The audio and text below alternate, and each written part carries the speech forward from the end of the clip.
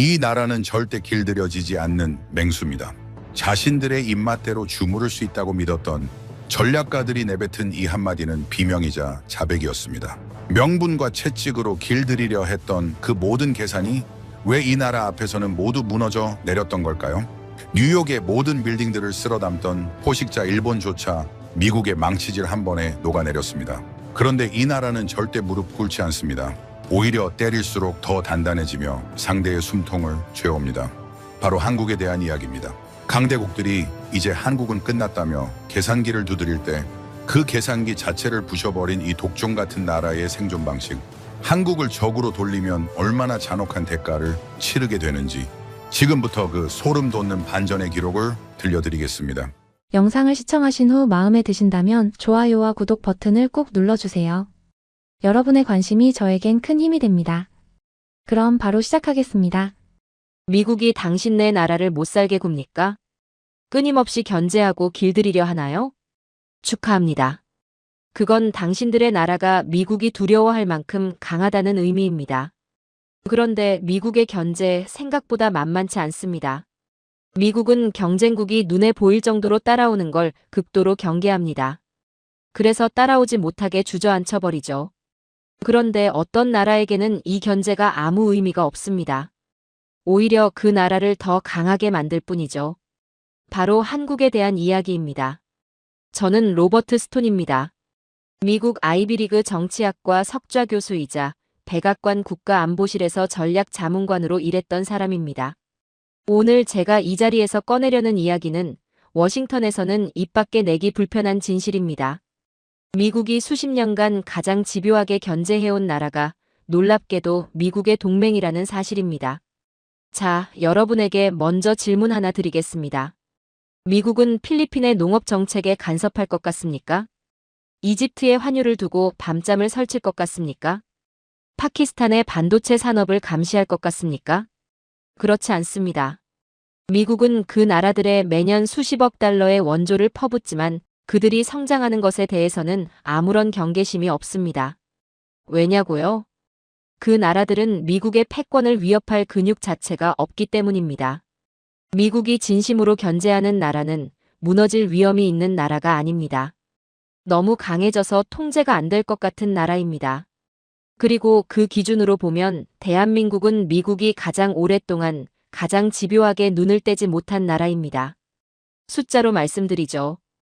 2016년부터 2023년까지 한국은 단 한 번을 제외하고 미 재무부 환율 관찰 대상국 리스트에서 빠진 적이 없습니다. 환율 관찰 대상국이 뭔지 아십니까?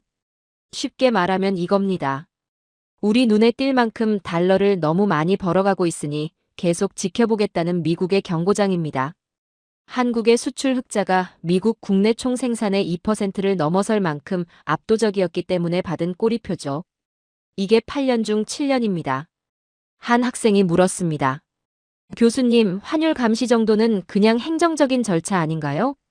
절차로 보이면 안 됩니다.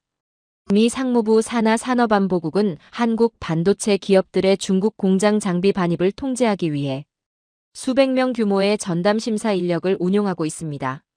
한국 단 한 나라를 감시하기 위해 웬만한 중견 국가의 국방비에 맞먹는 행정 비용을 쏟아붓고 있는 겁니다. 이 정도면 견제가 아니라 집착이죠. 그렇다면 이 집착은 언제부터 시작된 걸까요? 역사를 거슬러 올라가 보겠습니다.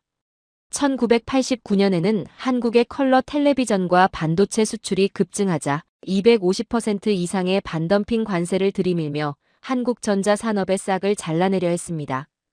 그리고 1997년 국제통화기금이라는 이름의 경제적 교수령이 집행되었습니다. 당시 미 재무차관 로렌스 서머스는 한국의 30%에 육박하는 초고금리와 가혹한 구조조정을 강요했습니다. 한국의 대기업 시스템을 해체하고 미국 금융자본이 한국의 우량 자산을 헐값에 사들일 수 있도록 설계된 조치였습니다. 그들은 확신했습니다. 이 정도면 한국을 완전히 길들일 수 있다고요. 그런데 결과가 어떻게 됐을까요? 2022년 미국은 반도체 동맹을 구성하며 삼성과 하이닉스의 수율과 재고량 같은 핵심 영업 기밀 제출을 압박했습니다. 전 세계 반도체 생산량의 20% 이상을 쥐고 있는 한국의 생산 데이터를 손에 넣어 자국 반도체 기업들을 부활시키려는 시도였죠. 또한 미국은 자국 내 제조업을 살리겠다는 명목으로 대규모 보조금 법안을 통과시켰습니다. 현대차와 삼성전자가 미국에 각각 10조 원, 20조 원 이상의 공장을 짓도록 강제 유도한 겁니다. 한국의 제조업 역량을 통째로 미국 본토로 옮겨 심으려 한 거죠. 한국 방산 수출이 폴란드에서 폭발적인 성과를 내자 미 국방부와 록히드 마틴은 기술 호환성과 수출 승인 절차를 까다롭게 하며 한국산 무기의 시장 확대를 조용히 틀어막고 있습니다. 한 학생이 다시 물었습니다. 교수님, 그런데 한국이 미국의 그 압박들을 실제로 버텨낼 수 있었던 이유가 뭔가요? 버텨낸 게 아닙니다. 한국은 그 압박들을 맞으면서 오히려 더 강해졌습니다. 수십 년간 미국의 감시와 규제를 견뎌낸 결과 한국 기업들은 전 세계에서 가장 정교한 위기 대응 시스템을 갖추게 됐습니다. 미국이 중국을 겨냥한 수출 규제를 발표하면 한국 기업들은 1시간 안에 대체 공급망을 가동할 수 있습니다. 그리고 지금 이 순간을 보십시오.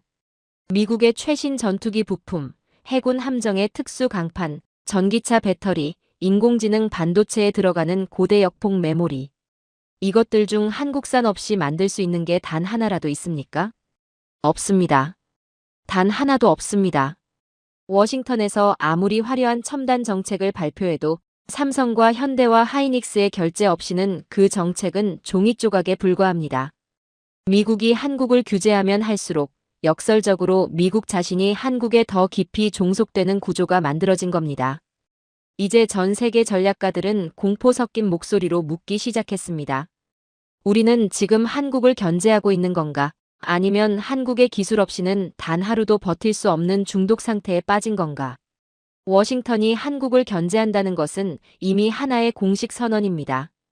대한민국이 미국의 패권을 지탱하는 기둥이 되었고, 동시에 그 패권을 흔들 수 있는 단 하나의 변수가 되었다는 선언이죠. 미국은 한국을 길들이려 했습니다. 하지만 세상에는 때리면 주저앉는 게 아니라 그 타격의 에너지를 흡수해 스스로를 더 완벽하게 무장하는 희귀한 금속이 있습니다. 바로 티타늄입니다. 철은 두드리면 단단해지지만 결국 상처 틈으로 녹이 슬어 부서집니다. 하지만 티타늄은 다릅니다. 외부에서 공격을 가하고 상처를 내는 순간 그 표면에 도저히 뚫을 수 없는 투명한 갑옷을 스스로 입혀버립니다. 미국이 한국을 누를수록 한국은 그 압력을 동력 삼아 전 세계가 탐내지만 누구도 흉내낼 수 없는 불멸의 제국으로 진화해버린 것입니다. 오늘 이 강의는 바로 그 이야기입니다.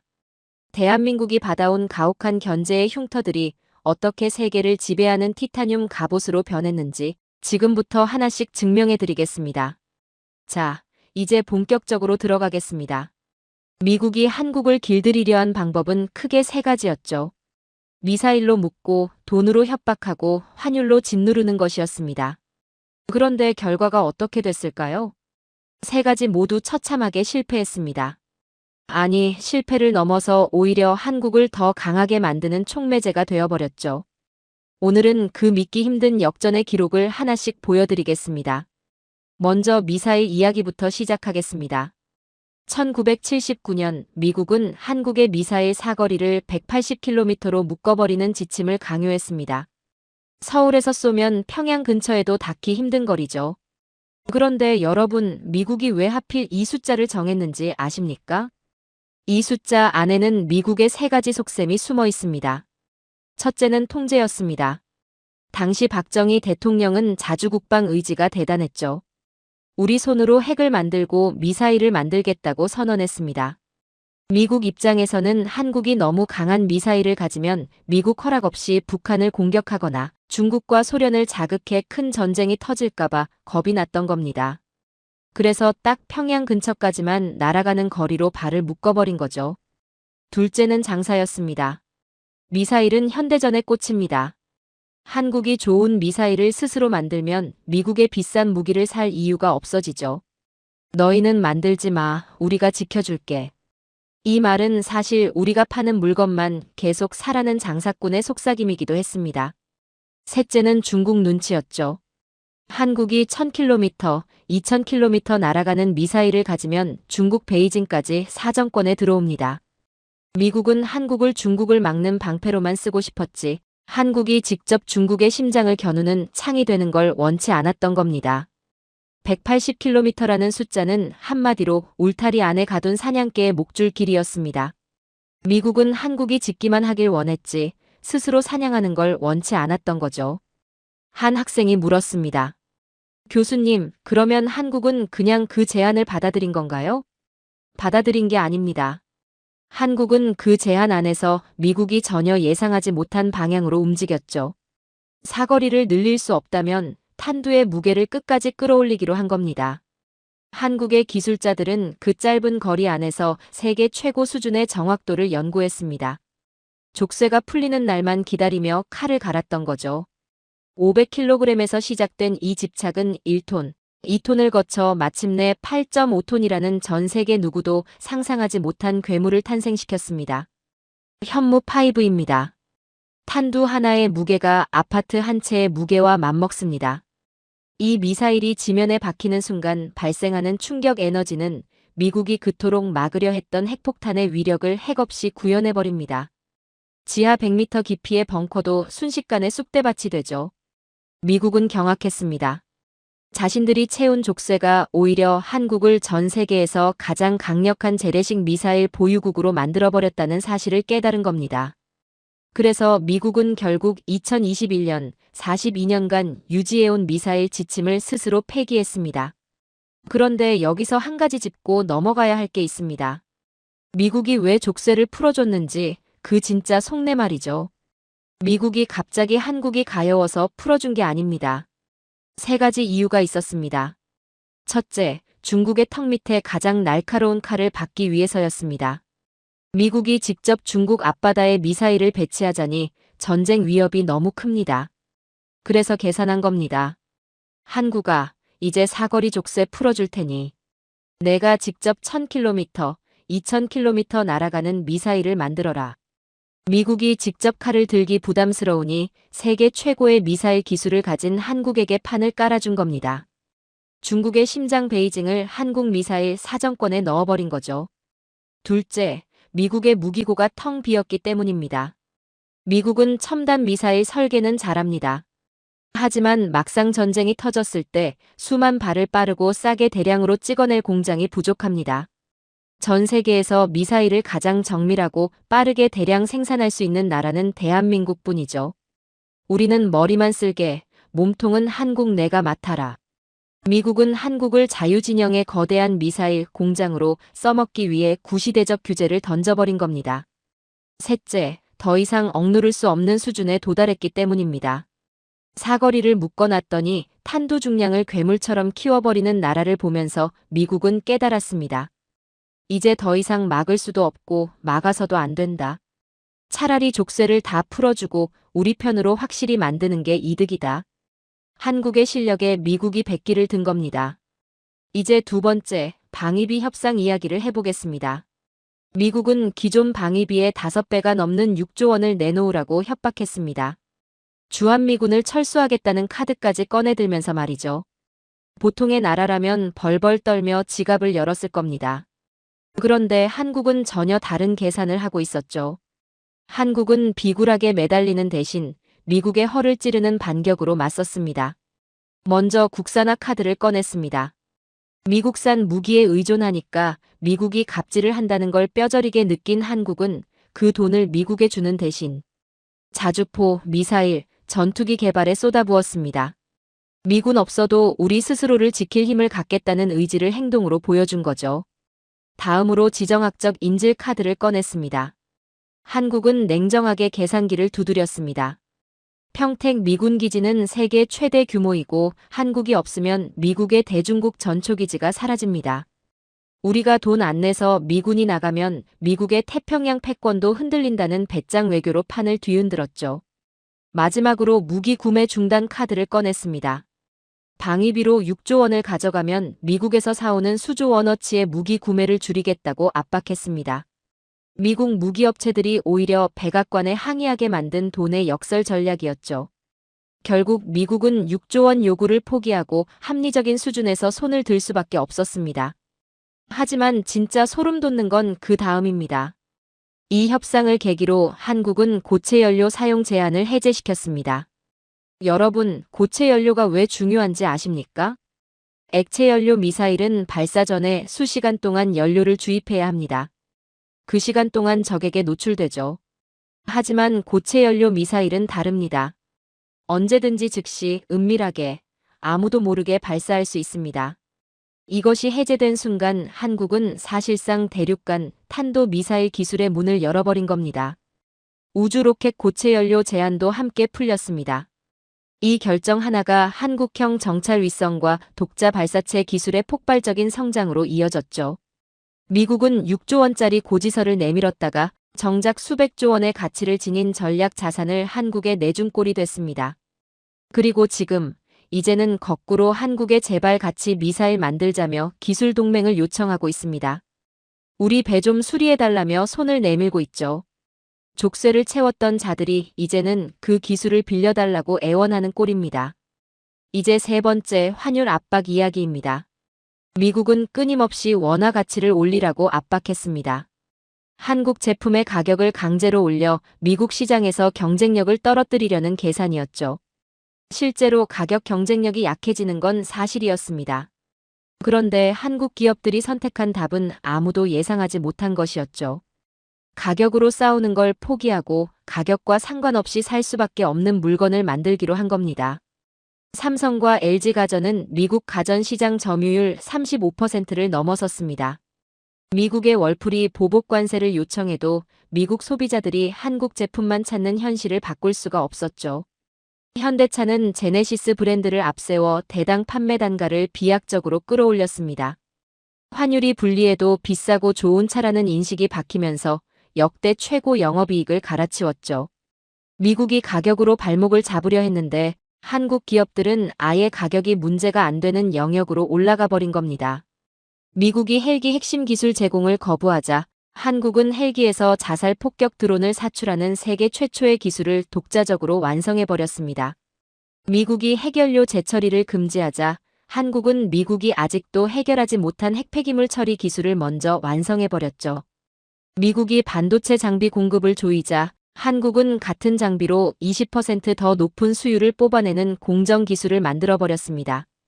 패권국이 쳐놓은 펜스는 한국에게 감옥이 아니었습니다.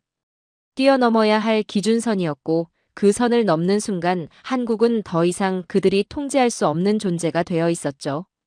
방산 수출 세계 4위권. 우리를 지키려고 만든 무기가 너무 성능이 좋고 가격이 착하니까 이제는 거꾸로 전 세계가 한국 무기를 사겠다고 줄을 서는 상황이 벌어졌습니다.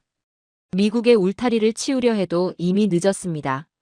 한국의 뿌리가 미국의 기반시설 깊숙이까지 파고들어 있으니까요. 여러분, 이 무덤들을 보십시오. 여기는 미국의 심기를 건드렸던 강대국들의 유해가 안치된 곳입니다. 그런데 이 무덤들 아무나 들어오는 게 아닙니다. 미국이 두려워할 만큼 강했던 나라들만 들어올 수 있죠. 지금부터 그 거인들이 어떻게 쓰러졌는지, 그리고 왜 유독 한국만이 이 묘지 근처에도 오지 않고 오히려 그 자리에서 더 크게 자라났는지를 보여드리겠습니다. 먼저 일본 이야기부터 시작하겠습니다. 1980년대 일본은 단순히 잘 나가는 나라 정도가 아니었습니다. 전 세계 자본을 집어삼키는 무자비한 포식자였죠. 국내 총생산이 미국의 70%에 육박했고 일본 기업들이 뉴욕의 상징적인 빌딩들을 현금으로 사들이던 시절이었습니다. 미국 언론은 공포에 질려 외쳤습니다. 일본이 미국을 산다. 일본인들도 자신감이 하늘을 찔렀습니다. 우리는 미국에 더 이상 굽신거리지 않는다. 미국은 그 말을 듣고 조용히 움직였습니다.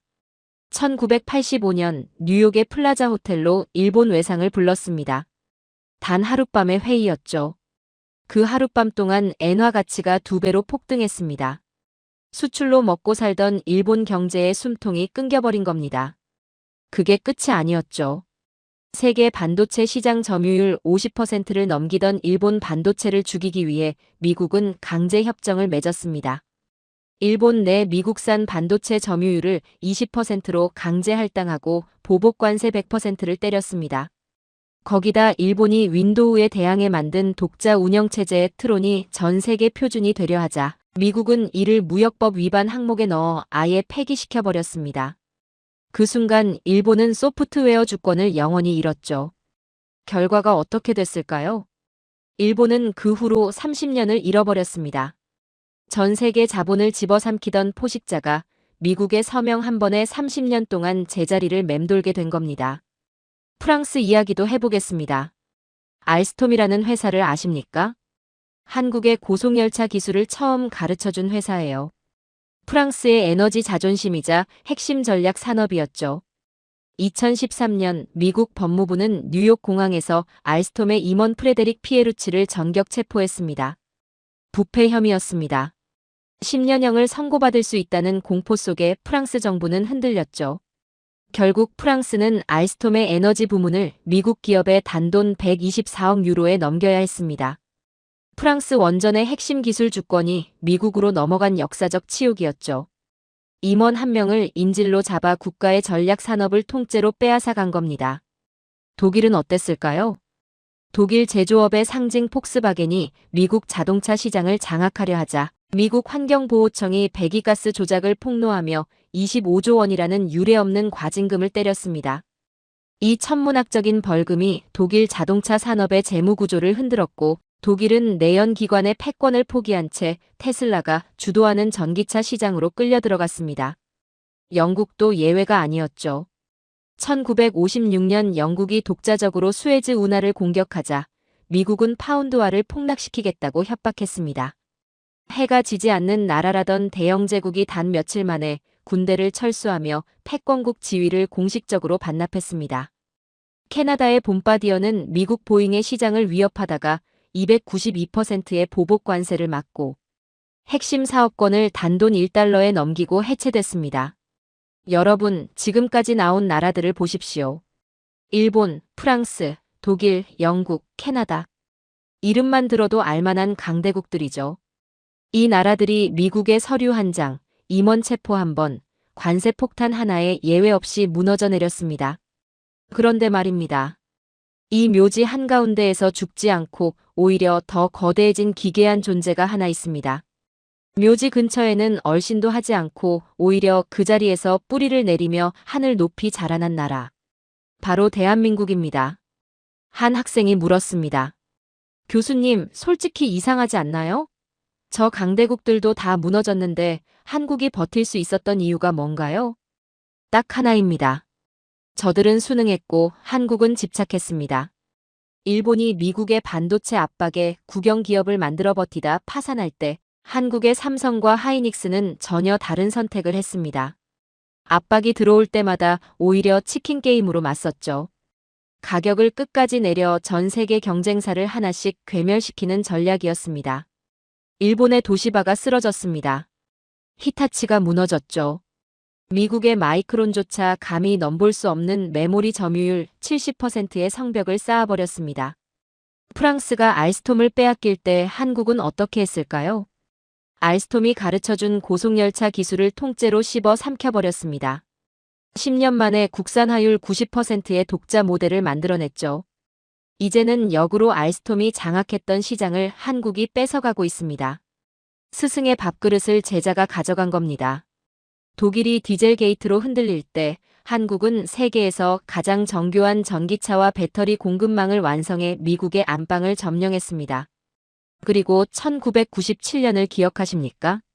미국이 설계한 국제통화기금의 경제적 교수형이 집행됐을 때 전 세계 언론은 한국이 일본처럼 무너질 것이라 예언했습니다. 하지만 한국 국민들은 금반지를 빼고 돌잔치 금부치를 꺼내들고 거리로 나왔죠. 말로만 하는 애국이 아니었습니다. 몸으로 손가락으로 증명한 겁니다. 결과가 어떻게 됐을까요? 3년 만에 차관을 전액 조기 상환했습니다. 위기 전보다 국내 총생산이 2배로 성장하는 괴력을 보였죠. 미국이 설계한 덫에서 미국이 예상한 것보다 10배는 빠르게 탈출해버린 겁니다. 전 세계 전략가들은 이제 공포 섞인 경외감을 담아 묻기 시작했습니다.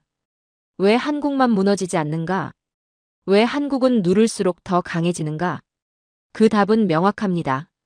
다른 나라들은 미국의 칼날을 피하려 했습니다. 하지만 한국은 그 칼날을 정면으로 받아내며 스스로를 더 단단히 단련했죠. 강대국들의 역사가 증명합니다. 미국에 순응한 나라는 관리받는 동맹이 됐습니다. 하지만 끝까지 버티며 실력을 증명한 한국은 미국이 함부로 할 수 없는 파트너가 됐죠. 거인들의 무덤 한가운데에서 오직 한국만이 거인이 되어 걸어 나왔습니다. 그리고 이것은 이제 시작에 불과합니다. 워싱턴의 관료들이 자국 제조업 부활 법안을 통과시키며 샴페인을 터뜨릴 때 한국의 전략가들은 조용히 지도를 펼쳤습니다. 그들이 찍은 지점은 워싱턴이 아니었죠. 미국의 대선 결과가 결정되는 조지아, 텍사스, 테네시였습니다. 미국은 한국 기업들을 자국 땅으로 끌어들이면 자신들이 주도권을 쥔다고 생각했습니다. 하지만 한국은 그 초대장을 받아들이는 순간 미국의 심장부에 누구도 뽑아낼 수 없는 거대한 말뚝을 박아버렸죠. 지금부터 그 말뚝들이 얼마나 깊이, 얼마나 치밀하게 박혔는지를 보여드리겠습니다. 먼저 정치 이야기부터 시작하겠습니다.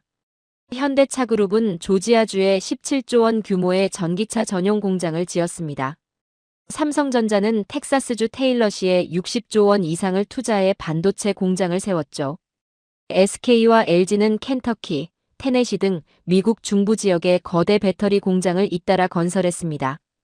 여러분, 이게 왜 중요한지 아십니까? 조지아는 미국 대선의 승부처입니다. 불과 수천 표 차이로 당락이 갈리는 곳이죠. 그 땅에 한국 기업이 수만 개의 일자리를 만들어냈습니다. 이제 그 지역 주지사는 매일 아침 현대차의 투자 진행 상황을 체크합니다. 상원 의원들은 한국 기업 관계자들의 전화를 가장 먼저 받죠. 한국 기업이 철수를 선언하는 순간 그 지역 정치인들의 정치 인생은 끝나기 때문입니다. 미국이 규제로 한국을 위협한다고요? 아닙니다. 지금은 백악관이 한국 기업의 눈치를 보는 시대죠. 한국은 공장을 지은 게 아니라 미국 정치인들의 목줄을 쥔 겁니다. 한 학생이 물었습니다. 교수님, 그러면 한국이 먼저 미국 눈치를 보면서 공장을 지은 게 아닌가요? 전혀 그렇지 않습니다. 미국이 법을 만들어 한국 기업을 끌어들인 겁니다. 그런데 한국은 끌려가는 척하면서 미국이 절대 거절할 수 없는 구조를 설계했죠. 자발적으로 들어간 게 아니라 들어가면서 미국의 급소를 하나씩 틀어준 겁니다. 미국은 한국에게 공장을 지으라고 명령했다고 생각했죠. 하지만 실제로 벌어진 일은 달랐습니다. 한국이 미국의 정치 지형 한가운데에 자신들의 깃발을 꽂은 겁니다. 이제 평택 이야기를 해보겠습니다. 미국이 주한미군 철수 카드로 한국을 협박하던 시절을 기억하십니까? 돈을 내지 않으면 미군을 뺀다. 협박이었죠. 그런데 한국은 이 협박에 전혀 예상치 못한 방식으로 대응했습니다. 세계에서 가장 크고 가장 화려한 미군 기지를 지어준 겁니다. 평택 캠프 험프리스. 건설비 11조 원 중 한국이 90% 이상을 부담했습니다. 여기서 핵심은 이겁니다. 한국이 이 기지를 지어준 순간 미국은 스스로 선택의 자유를 잃었습니다. 이곳은 미국의 대중국 전략에서 절대 포기할 수 없는 인도태평양의 전략적 심장이죠. 수십조 원의 인프라가 깔려 있고 동북아시아 전체를 감시하는 정보 자산이 집결해 있습니다. 미국이 이곳을 떠난다는 것은 그 모든 것을 한순간에 포기한다는 뜻입니다. 협박으로 철수 카드를 꺼냈던 미국이 정작 스스로 떠날 수 없는 구조에 갇혀버린 겁니다. 주한미군 철수 협박은 그 기지가 완공된 순간부터 미국 스스로 쓸 수 없는 카드가 됐죠. 한국이 돈을 주고 기지를 지어준 게 아닙니다. 한국이 미국의 발목에 황금 족쇄를 채운 겁니다. 이제 바다 이야기를 해보겠습니다. 전 세계를 호령하는 미 해군 제7함대. 그 무적의 함대도 시간이라는 적 앞에서는 무력했습니다. 미국 조선소들이 하나둘씩 문을 닫으면서 미국의 전함 수리 능력이 붕괴되기 시작했죠. 지금 미국의 세계 조선업 점유율이 얼마인지 아십니까? 1%도 안 됩니다. 전함 한 척을 수리하는데 수년씩 대기해야 하는 상황이 됐죠. 그 사이 한국의 조선소는 그 거함들을 최단 시간에 정해진 예산 안에 완벽하게 수리해냈습니다. 미 해군 입장에서 한국 조선소는 이제 선택이 아니라 필수가 된 거죠. 이제 한국은 미국의 변기창입니다. 한국의 조선소가 문을 닫으면 미 태평양 함대는 녹슨 고철이 되고 한국의 탄약 공장이 멈추면 미국의 총구는 비게 됩니다.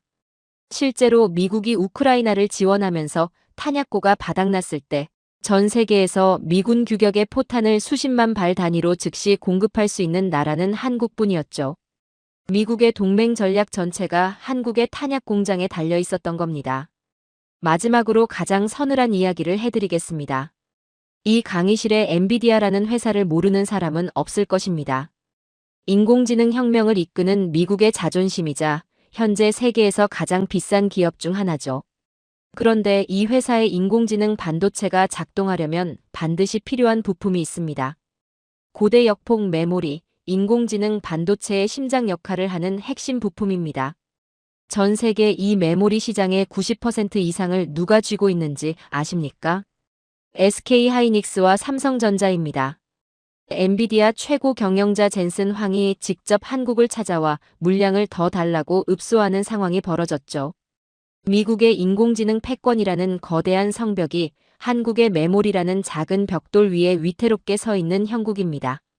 한국이 공급을 단 일주일만 늦춰도 미국 빅테크 기업들의 시가총액 수조 달러가 증발합니다. 미국은 한국을 규제하고 싶습니다. 하지만 한국이 흔들리면 미국 자신도 무너지기 때문에 규제의 칼을 빼들면서도 칼날을 겨누지 못하는 겁니다. 견제하고 싶지만 건드릴 수 없는 나라. 그게 바로 오늘의 대한민국이죠. 과거의 동맹은 미국의 선의에 기댔습니다. 하지만 지금의 동맹은 미국의 생존이 한국에 달린 구조입니다. 미국은 한국을 자신들의 공급망 안에 가두려 했죠. 하지만 정신을 차려보니 자신들의 안보와 정치와 기술, 모두가 한국이라는 거대한 시스템 위에 올라타 있음을 깨달았습니다. 말뚝은 박혔습니다. 미국의 심장 한가운데에 아무도 뽑아낼 수 없을 만큼 깊숙이 말이죠. 미국이라는 나라는 아주 영악한 나라입니다. 수십 년간 개념 설계라는 고부가 가치 영역을 독점하며 전 세계를 지배해왔죠. 원전도 바이오 신약도 미국의 머리에서 나왔습니다.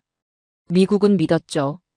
자신들이 설계도를 쥐고 있는 한 한국 같은 제조국들은 영원히 자신들의 지시를 기다리는 하수인일 뿐이라고요. 하지만 그들은 거대한 착각을 했습니다. 머리만 있고 팔다리가 없는 거인은 한 걸음도 움직일 수 없다는 사실을 몰랐던 겁니다. 지금부터 그 착각이 어떻게 무너졌는지, 그리고 한국이 어떻게 미국의 미래를 손에 쥐게 됐는지를 보여드리겠습니다. 먼저 원전 이야기부터 시작하겠습니다. 미국은 차세대 소형 원전 기술을 설계하며 전 세계 에너지 시장을 다시 장악하려 했습니다. 화려한 설계도를 들고 전 세계에 선언했죠. 우리가 미래의 에너지를 만들겠다고요. 그런데 막상 그 설계도를 현실로 만들려 하자 문제가 생겼습니다. 미국 내에 그것을 만들 공장이 없었던 겁니다. 원전이 어떤 건지 아시나요? 설계도만 있다고 만들 수 있는 게 아닙니다. 원자로의 심장 역할을 하는 초대형 압력 용기를 만들려면 수천 톤짜리 단조 프레스로 거대한 쇳덩이를 찍어내야 합니다. 영하의 환경에서도 수천 도의 열 앞에서도 단 1mm의 오차도 허용하지 않는 정밀 가공 기술이 필요하죠. 한마디로 설계도보다 훨씬 어려운 게 실제로 만드는 일입니다. 그런데 지난 30년간 미국에서는 그 기술을 가진 숙련 기술자들이 하나둘씩 사라졌습니다. 공장도 문을 닫았죠. 미국은 머리는 있었지만 정작 손이 없었던 겁니다. 그래서 미국이 결국 손을 내민 곳이 어디인지 아시나요? 한국의 창원이었습니다. 미국의 차세대 원전 기업이 한국의 두산 에너빌리티와 손을 잡고 소형 원전 16기를 만들어달라는 독점 계약을 맺었죠. 16기면 어느 정도 규모인지 감이 오시나요? 도시 하나를 먹여 살릴 수 있는 전력을 생산하는 원전을 16개나 한국이 독점으로 제작하는 겁니다. 미국이 설계도를 그리고 한국이 그것을 세상에 태어나게 하는 구조가 만들어진 거죠. 이제 전 세계 소형 원전 시장의 실질적 표준은 미국의 회의실이 아니라 한국의 창원 공장에서 결정됩니다. 미국이 아무리 화려한 설계도를 그려도 한국이 공장을 돌리지 않으면 그 설계도는 종이 조각에 불과하죠. 그런데 원전 이야기가 여기서 끝나지 않습니다. 미국의 원전 자존심 웨스팅하우스라는 기업이 있습니다. 한국 원전 기술의 뿌리를 제공한 바로 그 회사죠. 그런데 이 회사가 한국의 원전 수출을 막겠다며 소송을 제기했습니다. 우리 기술이 들어갔으니 한국은 우리 허락 없이 원전을 수출할 수 없다는 논리였죠. 한국을 영원히 자신들의 수출 하청업체로 묶어두려 한 겁니다. 그런데 세계 시장은 어떤 선택을 했을까요? 체코 정부가 수십조 원 규모의 원전 건설 사업자를 선정해야 했습니다. 미국이 있었죠. 프랑스도 있었습니다. 그런데 체코가 선택한 나라는 대한민국이었습니다. 왜였을까요?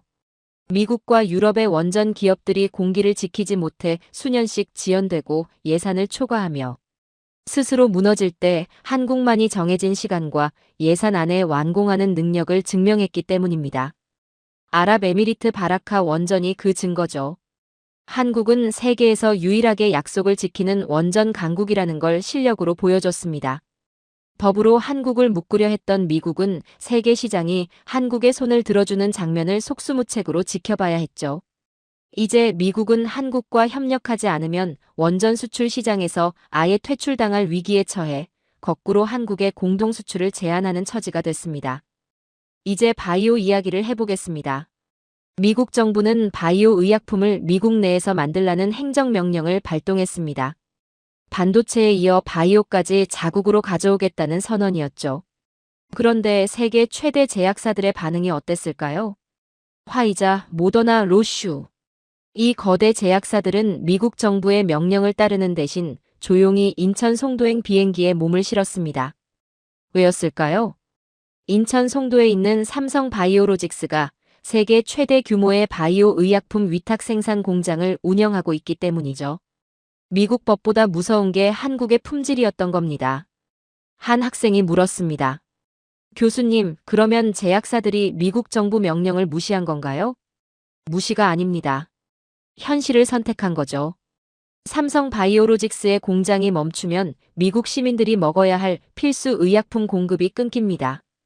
미국 정부도 그 사실을 알고 있죠. 그래서 행정명령을 내리면서도 정작 한국 공장은 건드리지 못하는 겁니다. 법은 미국이 만들었지만 그 법이 작동하는 현실은 한국이 쥐고 있습니다. 전 세계 10대 제약사 중 삼성 바이오로직스와 계약을 맺지 않은 곳이 거의 없습니다.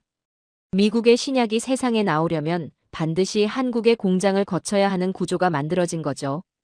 미국이 미래의 개념을 창조할 때 한국은 그 개념을 현실로 만드는 유일한 통로를 독점했습니다. 설계는 누구든 할 수 있습니다. 하지만 그 설계를 세상에 태어나게 하는 손은 오직 한국뿐이죠. 영혼 없는 육체는 죽은 것이나 다름없듯 한국의 공장이 멈추는 날, 미국의 미래 설계도 역시 쓰레기통으로 향하게 됩니다. 누가 진짜 주인이냐고요? 설계도를 그린 자가 주인입니까? 아니면 그 설계도를 세상에 태어나게 할 유일한 손을 가진 자가 주인인가요? 답은 이미 나와 있습니다. 강대국들이 한국을 향해 칼을 뽑아든 순간이 있었습니다. 하나가 아니었습니다. 동시에 사방에서였죠. 일본이 소재로 목을 조였고 중국이 문화로 숨통을 막았으며 유럽은 기술의 문을 걸어 잠갔습니다. 전 세계가 한 목소리로 예언했죠. 이번엔 한국이 끝났다고요. 그런데 결과가 어떻게 됐을까요? 그 칼들은 한국을 베지 못했습니다. 오히려 한국을 더 날카롭게 갈아놓는 숫돌이 됐죠. 지금부터 그 통쾌한 역전의 기록을 하나씩 보여드리겠습니다. 2019년 일본 이야기부터 시작하겠습니다. 당시 일본은 확신했습니다. 반도체를 만들 때 반드시 필요한 핵심 소재, 불화수소를 끊으면 한국의 삼성과 하이닉스가 단 보름도 버티지 못하고 무릎을 꿇을 것이라고요. 100년간 쌓아온 소재 강국의 위상을 무기로 휘두른 기습이었습니다. 일본 언론은 환호했죠. 한국 반도체 공장이 2주 안에 멈출 것이다. 일본 전문가들도 단언했습니다. 한국이 이 소재를 자체 개발하려면 최소 10년은 걸린다. 그런데 한국인에게 안 된다는 말이 어떤 의미인지 일본은 몰랐습니다. 한국인에게 안 된다는 말은 무조건 해내야 한다는 지독한 주문이죠. 솔브레인이라는 한국 기업이 있습니다. 이 회사의 연구원들이 연구실 바닥에서 쪽잠을 자며 매달렸습니다. 그로부터 단 6개월 뒤 일본이 수십 년 걸려 만든 초고순도 불화수소를 국산화하는 데 성공했죠. 일본 애널리스트들이 불가능하다고 비웃었던 그 기술을 한국은 반년 만에 실력으로 압살한 겁니다. 그 다음이 더 통쾌합니다. 한국의 소재를 팔아먹고 살던 일본 기업 스텔라 케미파와 모리타 화학의 영업이익이 30에서 50% 폭락했습니다. 최대 고객사를 잃었으니 당연한 결과였죠. 도산 위기에 몰린 이 기업들이 결국 어떤 선택을 했는지 아시나요? 일본을 버리고 한국 땅에 직접 공장을 지었습니다. 기술을 통째로 들고 한국으로 들어온 겁니다. 가지 않겠다고 큰소리치던 일본이 이제는 제발 받아달라며 한국의 문전에서 서성이게 된 거죠. 이게 바로 한국의 방식입니다. 공격을 막아내는 게 아니라 공격을 흡수해서 공격한 자를 무너뜨리는 거죠. 이제 중국 이야기를 해보겠습니다. 2017년 중국은 사드 배치에 반발하며 한국 문화를 전면 차단했습니다. 롯데마트를 강제 폐점시키고 한국 드라마와 음악을 금지했죠. 한국 콘텐츠 매출의 30%를 차지하던 중국 시장이 하루아침에 닫혀버린 겁니다. 중국은 계산했습니다. 14억 시장을 잃으면 한국이 무릎을 꿇을 것이라고요. 그런데 한국이 선택한 방향은 전혀 달랐습니다. 중국 대신 북미와 유럽으로 눈을 돌렸죠. 그리고 어떻게 됐을까요? 중국 자본의 간섭이 사라지자 한국 창작자들의 상상력이 폭발했습니다. 빌보드 1위를 차지한 방탄소년단이 나왔습니다. 넷플릭스 역대 최고 흥행 기록을 세운 오징어 게임이 나왔죠. 세계 영화 최고의 권위인 아카데미 작품상을 거머쥔 기생충이 나왔습니다. 한국 역사상 전무후무한 기록들이 중국의 보복이 시작된 바로 그 시기에 한꺼번에 터져 나온 겁니다. 중국이 한국을 14억 명의 우물에 가뒀더니 한국은 그 우물을 박차고 나와 80억 명의 태평양을 점령해버렸죠. 더 서늘한 건 중국 내부에서 벌어진 일입니다. 한국 문화가 차단되자 중국 젊은이들은 불법 다운로드로 한국 드라마를 봤습니다. 그리고 자국 문화의 조잡함에 스스로 실망하기 시작했죠. 중국이 한국을 막으려 했는데 오히려 자신들의 문화적 빈곤함을 세상에 드러낸 꼴이 됐습니다. 중국은 한국을 가두려다 자신들이 문화적 불모지에 갇히는 꼴이 됐죠. 이제 유럽 이야기를 해보겠습니다. 프랑스의 알스톰은 한국의 고속철도 기술을 팔면서 속으로 생각했습니다. 한국은 영원히 우리 부품을 사야 할 것이라고요. 독일 잠수함 기업들도 한국의 조립 능력을 비웃으며 핵심 기술은 절대 넘기지 않았습니다. 스승들의 오만이었죠. 그런데 한국은 그 부스러기 기술을 모아 거대한 산을 만들었습니다. 프랑스가 한국에 가르쳐준 고속철도 기술의 국산화율이 지금 얼마인지 아시나요? 94%입니다. 이제는 역으로 알스톰이 장악했던 모로코, 폴란드의 고속철 시장에서 한국이 알스톰을 제치고 수주 경쟁에서 이기고 있습니다. 잠수함도 마찬가지입니다.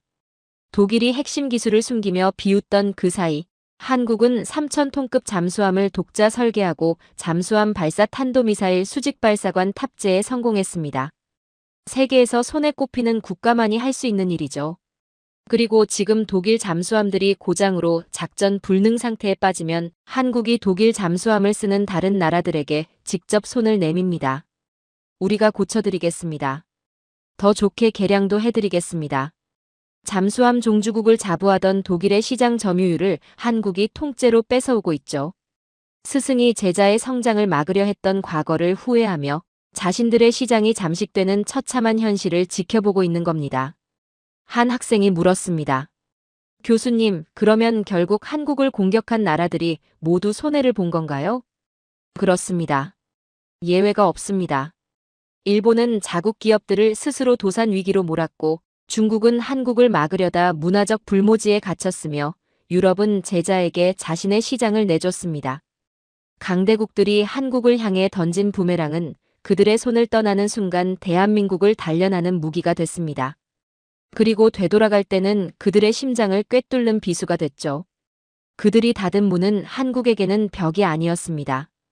더 높이 날아오를 도약대였죠. 냉혹한 국제정치의 이면에는 누구도 말하지 않는 진실이 하나 있습니다. 실력 없는 동맹은 버려지지만 대체 불가능한 기술은 상전 대접을 받는다는 원칙이죠. 지금부터는 한국이 어떻게 전 세계 산업에 숨통을 쥐게 됐는지 그 냉정한 실체를 보여드리겠습니다. 먼저 반도체 이야기부터 시작하겠습니다. 지금 미국은 반도체법으로 한국을 규제하는 것처럼 보입니다. 그런데 실상이 어떤지 아시나요? 인공지능이라는 거대한 시대적 흐름 앞에서 미국의 실리콘밸리는 한국산 고대 역폭 메모리 없이는 단 하루도 가동될 수 없는 중독 상태에 빠져 있죠. 고대 역폭 메모리가 무엇인지 간단히 설명해 드리겠습니다. 인공지능 반도체는 어마어마한 양의 데이터를 동시에 처리해야 합니다. 그 데이터를 번개처럼 빠르게 주고받는 통로 역할을 하는 게 바로 이 메모리죠. 수천 개의 미세한 구멍을 뚫어 데이터를 수직으로 통과시키는 기술인데 이게 말처럼 쉬운 게 아닙니다. 머리카락 굵기의 수백 분의 1 수준의 정밀도가 필요하죠. 전 세계에서 이 기술을 제대로 구현하는 나라가 어디인지 아시나요? 대한민국뿐입니다. 미국이 막대한 정부 보조금을 퍼부어 자국 기업 마이크론을 육성하려 하지만 수율 문제로 한국을 따라잡지 못하고 있습니다. 수율이란 분량 없이 합격하는 제품의 비율을 말하는 건데 한국은 80% 이상을 유지하는 반면 미국은 아직 그 절반 수준에도 미치지 못하고 있죠. 한국이 공급 스위치를 내리는 순간 미국의 첨단 산업은 암흑에 갇히죠. 저는 이 사실을 처음 접했을 때 솔직히 충격을 받았습니다. 규제하는 쪽과 종속된 쪽이 완전히 뒤바뀌어 있었으니까요. 이것이 바로 한국이 쥔 기술의 주권입니다. 이제 방산 이야기를 해보겠습니다. 유럽을 보십시오. 한때 전차 군단이라 불리던 독일의 위상이 무너졌습니다.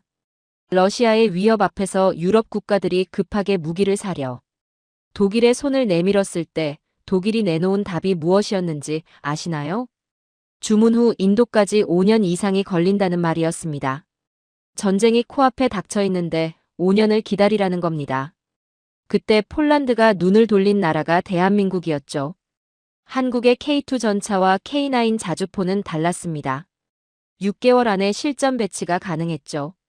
성능은 미국제와 동등하거나 그 이상이면서 가격은 70% 수준이었습니다. 폴란드 항구에 한국 전차가 내릴 때 그들이 보낸 환호는 단순히 무기를 샀기 때문이 아니었죠. 자신들의 생존을 한국에 의탁할 수 있다는 안도감이었습니다. 지금 루마니아, 핀란드, 에스토니아까지 한국 무기 체계로 재편되고 있습니다. 유럽 안보의 최전선이 한국산 강철로 채워지고 있는 거죠. 독일의 방산 패권이 무너진 자리를 대한민국이 자유민주주의의 병기창으로서 대체하고 있습니다. 나토 규격과 완벽히 호환되는 한국 무기가 유럽 안보의 실질적 표준이 되고 있죠. 저는 이것을 보며 한 가지 생각을 했습니다. 전쟁의 역사에서 무기의 표준을 장악한 나라가 패권을 쥐었다는 사실을요. 지금 그 패권이 조용히 그러나 확실하게 한국으로 넘어가고 있습니다. 마지막으로 에너지 이야기를 해보겠습니다. 세계가 탄소 중립으로 가면서 액화천연가스, 즉 천연가스를 액체로 만들어 운반하는 선박의 수요가 폭발적으로 늘었습니다. 문제는 이 배가 만들기가 극도로 어렵다는 겁니다. 영하 163도의 극저온을 견디는 화물창을 만들어야 하고 초대형 후판을 정밀하게 용접하는 기술이 필요하죠. 중국이 저가 공세로 이 시장을 빼앗으려 했습니다. 싼 가격으로 수주를 쓸어 담았죠. 그런데 결과가 어떻게 됐을까요? 중국이 만든 배들이 잦은 고장으로 바다 한가운데 멈춰서는 사태가 벌어졌습니다. 전 세계 선주들이 다시 한국으로 돌아왔죠. 현재 고부가 가치 액화천연가스 운반선 수주 잔량의 80%가 한국 몫입니다. 기술을 흉내낼 수는 있어도 품질을 복사할 수는 없다는 사실이 다시 한번 증명된 거죠. 여기서 한 가지 짚고 넘어가야 할 게 있습니다. 앞서 말씀드린 소형 원전 이야기가 여기서 다시 연결됩니다. 미국이 설계한 차세대 원전의 핵심 부품을 만들 수 있는 곳이 전 세계에서 한국의 두산에너빌리티뿐이라고 했죠. 미국이 머리라면 한국은 심장을 쥔 겁니다. 머리가 아무리 뛰어나도 심장이 멈추면 끝이죠. 한 학생이 물었습니다. 교수님, 그러면 지금 한국이 전 세계 핵심 산업을 다 장악하고 있다는 말인가요? 과장이 아닙니다. 반도체, 방산, 조선, 원전. 이 네 가지는 현대 문명을 움직이는 가장 핵심적인 산업들이죠. 그리고 이 네 가지 모두에서 한국이 없으면 세계가 멈추는 구조가 만들어졌습니다. 저는 미국인입니다. 그리고 미국의 전략가로서 이 사실을 인정하지 않을 수 없죠. 한국을 견제해야 한다는 목소리가 워싱턴에서 나올 때마다 저는 묻고 싶습니다. 견제한 다음에는 어떻게 할 것이냐고요? 한국 없이 미국의 인공지능 산업이 돌아가겠습니까? 한국 없이 유럽의 안보가 유지되겠습니까? 한국 없이 전 세계 에너지 공급망이 작동하겠습니까? 답은 이미 나와 있습니다. 견제는 두려움의 다른 이름이죠. 미국이, 일본이, 유럽이 한국을 견제하는 이유는 단 하나입니다. 한국이 무서워졌기 때문입니다. 한국이 멈추면 세계가 멈추는 시대. 대한민국은 이제 세계의 표준이 됐습니다. 오늘 이 자리에서 저는 한 가지 선언을 하려 합니다. 지금까지 우리가 살펴본 모든 사실들, 미사일, 족쇄가 세계 최강의 탄두가 된 이야기, 반도체 압박이 메모리 제국을 탄생시킨 이야기, 문화 차단이 전 세계 80억 명의 마음을 사로잡은 이야기. 이 모든 것은 우연이 아닙니다. 하나의 거대한 흐름이죠. 대한민국이라는 나라가 어떤 나라인지를 보여주는 가장 정직한 증거들입니다. 저는 미국의 전략가로서 오랫동안 한국을 연구해왔습니다. 그리고 한 가지 결론에 도달했죠. 한국은 외부의 압박을 받을 때마다 그것을 흡수해서 자신의 일부로 만드는 나라입니다. 공격받을 때마다 더 단단해졌고 견제받을 때마다 더 높이 올라갔습니다. 이것은 단순한 생존이 아닙니다. 진화죠. 생각해 보십시오.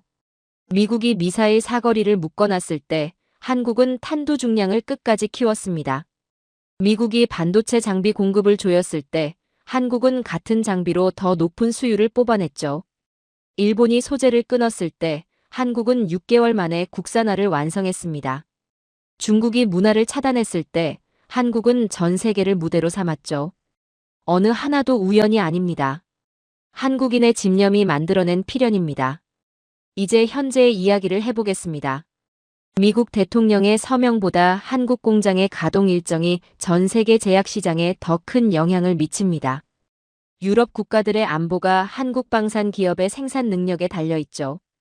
전 세계 인공지능 혁명의 속도가 한국 반도체 공장의 수율에 의해 결정됩니다. 세계 에너지 공급망의 핵심 길목을 한국 조선소와 원전 기업이 틀어지고 있죠. 한국이 멈추면 미국의 인공지능이 멈춥니다. 한국이 멈추면 유럽의 안보가 흔들립니다. 한국이 멈추면 전 세계 에너지 공급에 비상이 걸리죠. 이것은 국어라는 동맹의 모습이 아닙니다. 세계가 허락을 받아야만 작동하는 새로운 형태의 상위 동맹이죠.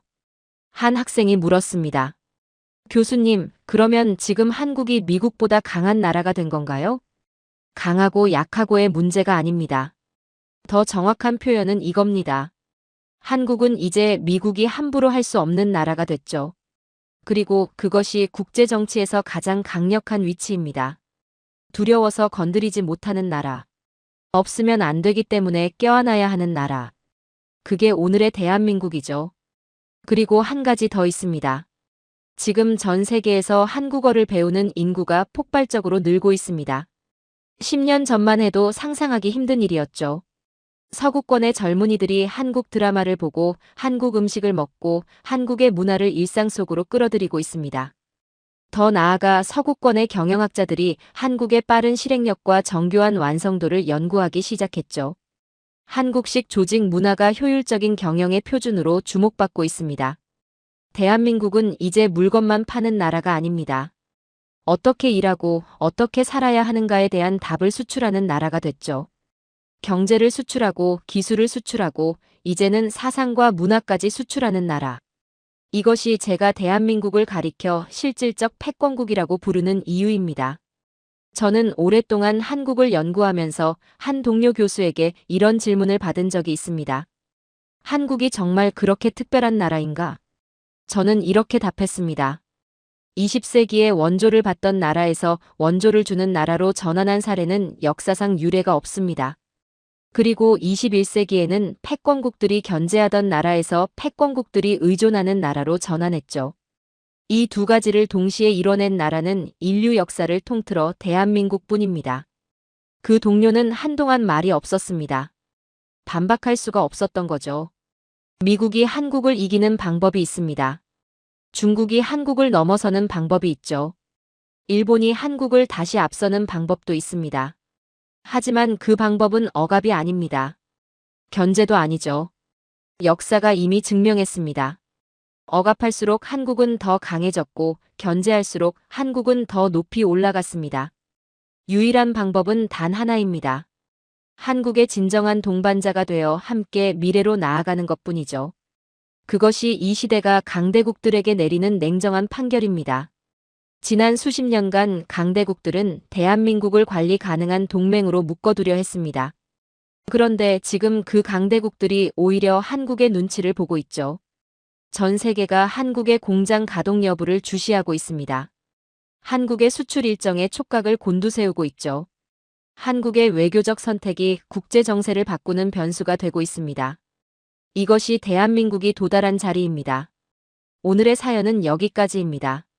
여러분, 이제 보이십니까? 이것은 단순한 경제 성장이 아니라 인류 역사상 그 누구도 도달하지 못한 불멸의 진화입니다. 누군가 우리를 억누를 때 우리는 그 손을 비틀어 세상을 지탱하는 기술을 뽑아냈고, 누군가 우리를 족쇄 채울 때 우리는 그 쇠사슬을 녹여 세계의 심장을 겨누는 날카로운 검을 재련해냈습니다. 철의 시대는 끝났습니다. 세월의 비바람에 녹슬어 사라질 나라였다면 우리는 이미 수십 년 전 이 거친 파도에 휩쓸려 사라졌을 것입니다. 하지만 보십시오. 시련을 겪을수록 더욱 찬란한 빛을 내뿜으며 전 세계가 우러러보는 티타늄의 제국. 이것이 바로 우리가 일궈내고 우리의 자식들이 지켜갈 대한민국의 진정한 모습입니다. 이제 그 누구도 이 거대한 역사의 흐름을 막을 수 없습니다. 절대 녹슬지 않는 나라, 대한민국의 시간은 이제부터 시작입니다. 긴 영상 시청해주셔서 감사합니다. 내일은 더 좋은 영상으로 찾아오겠습니다.